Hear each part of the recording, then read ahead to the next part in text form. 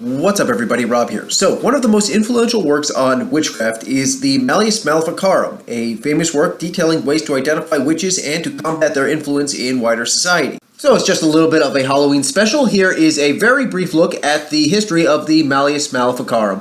Alright, so before we talk about the Malleus Maleficarum directly, we have to go back in history a few centuries. Actually, as far back as the 800s AD, where official church policy was prescribed for witches and witchcraft. Now, about this point, the official church policy on witchcraft was that it is not real, and anybody who claims to be a witch or to use witchcraft in any way was either delusional or influenced by Satan, or occasionally both. Now, this was seen as a form of heresy, undermining church teachings. People who were charged with witchcraft were not condemned for the harm that they may have caused, since magic isn't real, but they would instead be charged with heresy, which would be the undermining of the church's authority. Now, keep in mind, however, that this was official church policy and not the policy of every single bishop or priest, and especially in more isolated and rural areas, they may have had different ideas on what constitutes witchcraft or exactly what sin is being committed there, and oftentimes earlier traditions, say early pagan traditions that would be incorporated into wider society, could be mistaken for witchcraft by ignorant church officials.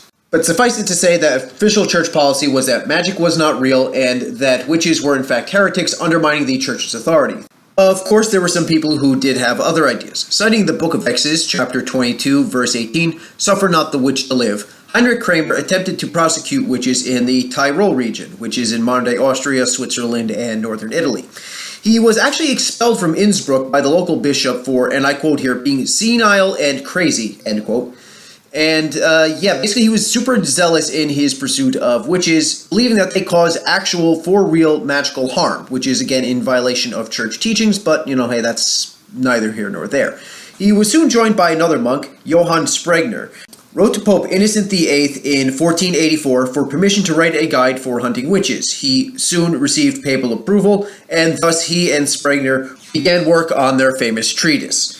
It was mostly a guide for witch hunters, although it was partially a justification for Kramer's beliefs. It was named the Malleus Maleficarum, it was written in Latin, and the name Malleus Maleficarum translates to the Hammer of Witches. It was first published in 1487 in Speyer, Germany, and due to the recent invention of the printing press, spread wildly throughout Europe. Now, there were other witch hunting guides beforehand. Again, these things really did not take off all that well because they had to be handwritten, but with the invention of the printing press, this particular work spread like wildfire.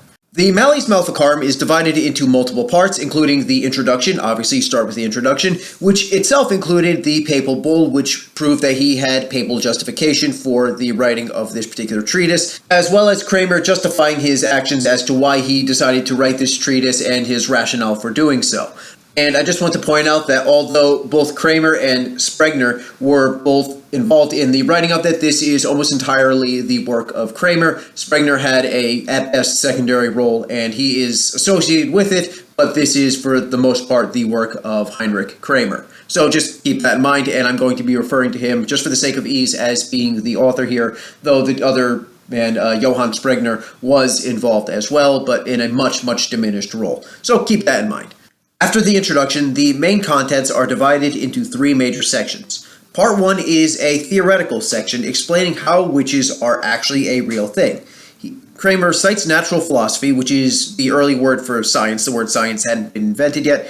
And using this early form of science, it refutes claims that witches are merely delusions, but actually real. The logic behind this is that since the devil is real, and since the devil can tempt people to do evil, people can be tempted into the service of the devil, and thereby perform evil actions on his behalf. It is not a simple delusion, but rather pacts made with Satan, which have very real manifestations within our world.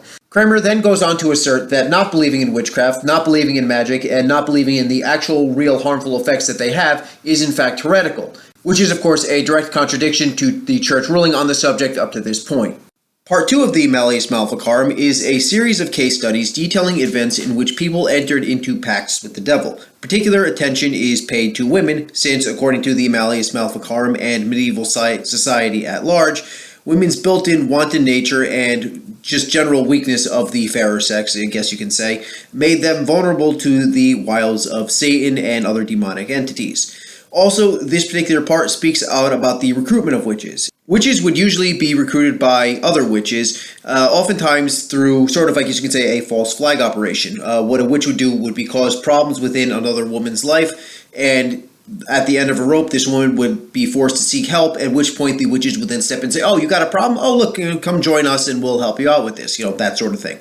Part 2 also speaks about succubi and incubi, which are demonic entities, and also goes into great detail about demonic sexual liaisons between the witches and these demonic entities, as well as night riding, which is exactly what it sounds like, basically getting on a broomstick and riding around, as well as shapeshifting.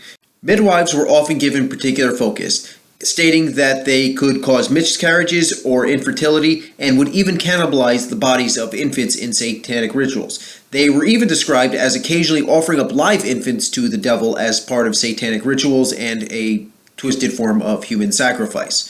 Then again, all human sacrifice is pretty twisted, but you know what I mean. The third and final part of the Malleus Maleficarum is a legal document for how to deal with witches once you found them. For the prosecution to go forward, there must be at least 2 witnesses who must be partially in agreement with one another. The 2 witnesses can differ in the details of the charges, but they must agree at least in the basic substance. For example, as it is described in the Malleus Maleficarum, one witness will say, she bewitched my cow, and the other says, she bewitched my child. They do agree that a bewitchment of some kind happened. Now, if one person said, oh, this person bewitched my cow, and the other person said, oh, I saw her riding around with the devil, well, that doesn't count because they are fundamentally 2 different things. So just 2 accusations in and of itself is not enough for the prosecution to go forward. The 2 accounts must be at least somewhat similar and have some similarities between them. The witnesses themselves must be of good moral standing and also not a known enemy of the accused, because, of course, people will use witch trials for their own personal advantage, petty revenge, because, people are like that. Also, quarrelsome women, and that is a quote, quarrelsome women are not allowed to testify against the accused because, well, they're quarrelsome and, well, there you go. In any case, it is also possible for torture to be used to extract confessions from the accused. The accused must confess under torture and then confess at a later time outside of torture. There's also a physical examination that can be done of the accused. For example, the devil would oftentimes place a mark on the accused, and this would take the form of oddly shaped moles, birthmarks, or any other sort of odd shapes on a person's skin. So the prisoner would be stripped and searched for physical markings, which would be held as proof of compacts with the devil. There are other signs of Satan's influence. For example, the inability to cry, especially under torture, was a sign that one is in fact making pacts with Satan. Extracting a confession was of utmost importance, since one cannot execute the witch without a confession. Now, the accused can in fact testify against other accused, basically take a plea deal, we know you're in a coven, we know there's a bunch of witches out there, just give us some names, and you know what? We may let you go. We'll let you live. Now, they may let this person live in prison on a diet of bread and water for the rest of their lives, but you don't actually, need to tell them that. Sometimes you just want to keep some things a bit secret here. But, hey, that's the legal system for you. There are also limits placed on the amount and types of torture that could be used. For example, one could not repeat a torture for 2 days in a row without new evidence being presented. However, this was only for church authorities and not secular authorities. And at any point, the witches could be turned over to secular authorities who were under no such restrictions. And of course, you actually did not need to tell the witch this. The rest of the section details instructions on how to question the accused, protections for use against the spells from vengeful witches, and when and how to turn the accused over to secular authorities should your methods prove to be insufficient. Over 20 editions of the Malleus Maleficarum were printed between 1487 and 1520. The Gutenberg printing press helped it spread much more rapidly than handwritten works, and what followed was a craze of witch hunting, prompted in part by the publication of the Malleus Maleficarum, but mostly due to the religious turmoil caused by the Reformation and the centuries of long troubles caused by the wars of religion. There was a great emphasis of looking for heretics. Protestants were looking for Catholics, Catholics were looking for Protestant heretics, that sort of stuff. And it's not that much of a far leap from looking from heretics to trying to seek out witches. And also when there's these constant wars, that brings in things like plagues and devastated countryside, starvation, and such like that. And next thing you know, again, witches are being blamed for all of this. Now, although it was ultimately commissioned by papal bull for the Catholic Church, it was very popular with both Catholics and Protestants throughout Western Europe, and it played an integral part in the Salem witch trials in the Americas, thereby making its reach truly intercontinental. So that's it for the video here, just a quick little Halloween special here, nothing major.